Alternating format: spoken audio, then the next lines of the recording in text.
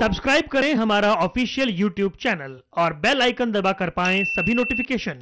जींद का चुनावी रण जीतने के लिए सभी राजनीतिक दल जी जान से जुटे हुए हैं। ये उपचुनाव हर पार्टी के लिए प्रतिष्ठा का सवाल बन गया है और यही कारण है कि कांग्रेस उम्मीदवार रणदीप सुरजेवाला कोई रिस्क नहीं लेना चाहते। एमएचवी न्यूज से खास बातचीत के दौरान रणदीप सुरजेवाला ने बड़ा दावा करते हुए कहा कि अगर वो जींद में विधानसभा चुनाव जीत दर्ज करते हैं तो वो कैथल को छोड़ देंगे और जींद में सत्ता की चौधर लेकर आएंगे।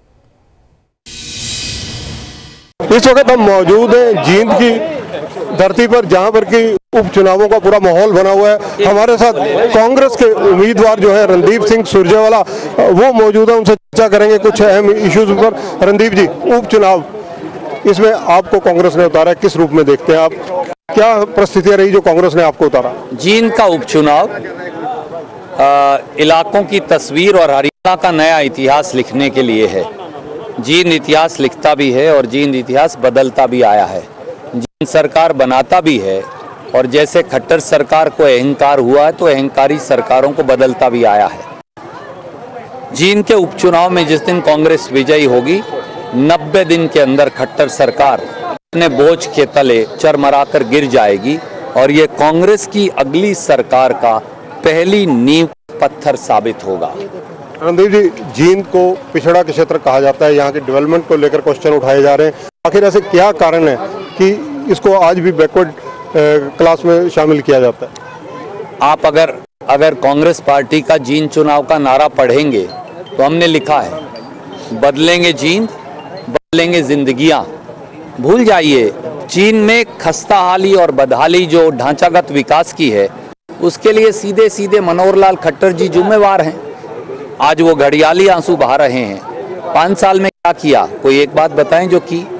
10 साल से हमारे स्वर्गीय मिड्डा साहब विधायक थे, तब भी कुछ नहीं हुआ। 5 साल से भाजपा का यहाँ से सांसद है, तब भी कुछ नहीं हुआ। इसीलिए मैंने एक पॉजिटिव एजेंडा बनाया है कि क्या क्या कार्य हैं जो हम जींद में करेंगे और उसके लिए 5 साल की समय सीमा निर्धारित की है। 5 साल में हम जींद की यथास्थिति को बदल देंगे। रणदीप जी, ड्रेनेज और बिजली दो प्रमुख इश्यूज हैं जिनको आप केंद्रित कर रहे हैं, इनके बारे में थोड़ी डिटेल बताएंगे? सबसे पहले रोजगार और रोटी। जींद का युवा सक्षम है, गुणी है, पढ़ा लिखा है, तंदुरुस्त है, सबसे बेहतरीन है, पर मौका नहीं है। उसके साथ साथ जींद में सीवरेज कवरेज नहीं है, सीवरेज ट्रीटमेंट प्लांट नहीं है, सॉलिड वेस्ट डिस्पोजल प्लांट नहीं है, कूड़ा करकट के ढेर हैं, पीने का पानी नहर का नहीं है, बिजली की पूरी व्यवस्था नहीं है, नहरी पानी नहीं है। अकाल का सर फोड़ने की ज़रूरत है ताकि एक एक खूड में नहरी पानी लगे। ये सब बातें हैं जो हमारे एजेंडा पर हैं। राजनीतिक रूप से राजधानी माना जाता है जींद को। जींद की जो प्राथमिक दृष्टि में जो चीज़ें आपके एजेंडे में रहेंगी वो क्या रहेंगी? देखिए, बहुत दिन से हम संघर्ष की धरती रह चुके, अब हमें ये मंजूर नहीं। हम रैली और संघर्ष की धरती नहीं रहना चाहते। इसके अलावा अगर रणदीप जी चर्चा करें, आपका मुकाबला प्रमुख रूप से किस दल से है?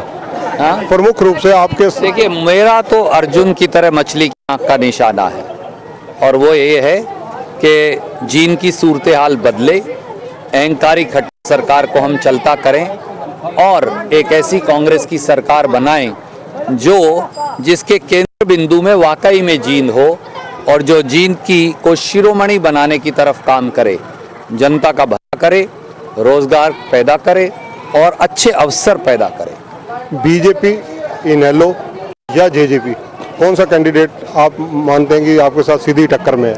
देखिए, मेरा ये मानना है, हमारी जो टक्कर है वो विनाश की राजनीति से है। हमारा जो मुकाबला है वो जात पात का जो जहर घोल रहे हैं उन लोगों से है। हमारा जो कंपटीशन है वो उन लोगों से है जो जींद के विकास के अवरोधक हैं, स्पीड ब्रेकर हैं। वो तोड़ने का काम करेंगे, हम बनाने का काम करेंगे। वो बदला लेने आए हैं, हम संवारने और जोड़ने आए हैं। यही हम में और उनमें अंतर है। इनेलो तथा जेजेपी दो दल बन चुके हैं। इस वक्त परिवार का बंटवारा हो चुका है, आपस में एक दूसरे पर आरोप प्रत्यारोप लग रहे हैं। पोते और दादी की जिस तरह से वीडियो मार्केट में आई है, ये सारी चीज़ों को राजनीतिक दृष्टिकोण से आप कैसे देखते हैं? देखिए, बात बड़ी सीधी है। हमारा चौटाला परिवार से राजनीतिक द्वंद्व है विचारधारा का, क्योंकि हमारा ये मानना है कांग्रेस पार्टी में समेत मेरे कि लोकदल की विचारधारा समाज को तोड़ने वाली है। वो ना किसान का भला करते और वो शहर के आदमी के विरोधी तो हैं ही, परंतु समाज बहुत बड़ी चीज़ है।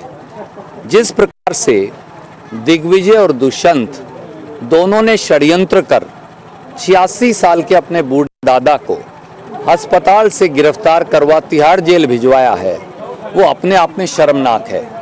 जिस प्रकार से दिग्विजय और दुष्यंत की दादी ने यहाँ तक कह डाला कि वो मरी हुई मरने के बाद वो नहीं चाहती कि उनकी अर्थी को दुष्यंत और दिग्विजय कांधा दें या उनका मुंह भी देखें, ये दर्शाता है कि जो दो व्यक्ति अपने दादा दादी को जिन्होंने जिंदा जी मार डाला, वो जीन के भला क्या खाक होंगे। आप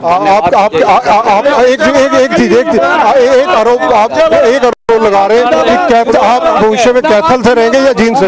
मैंने अभी बोलते हुए कहा कि मैं यहाँ सुख छोड़कर तप मांगने आया हूँ, कैथल से इस्तीफा दूंगा, जीन का संकल्प लेकर विधायक रहूंगा और जीन को बदलूंगा।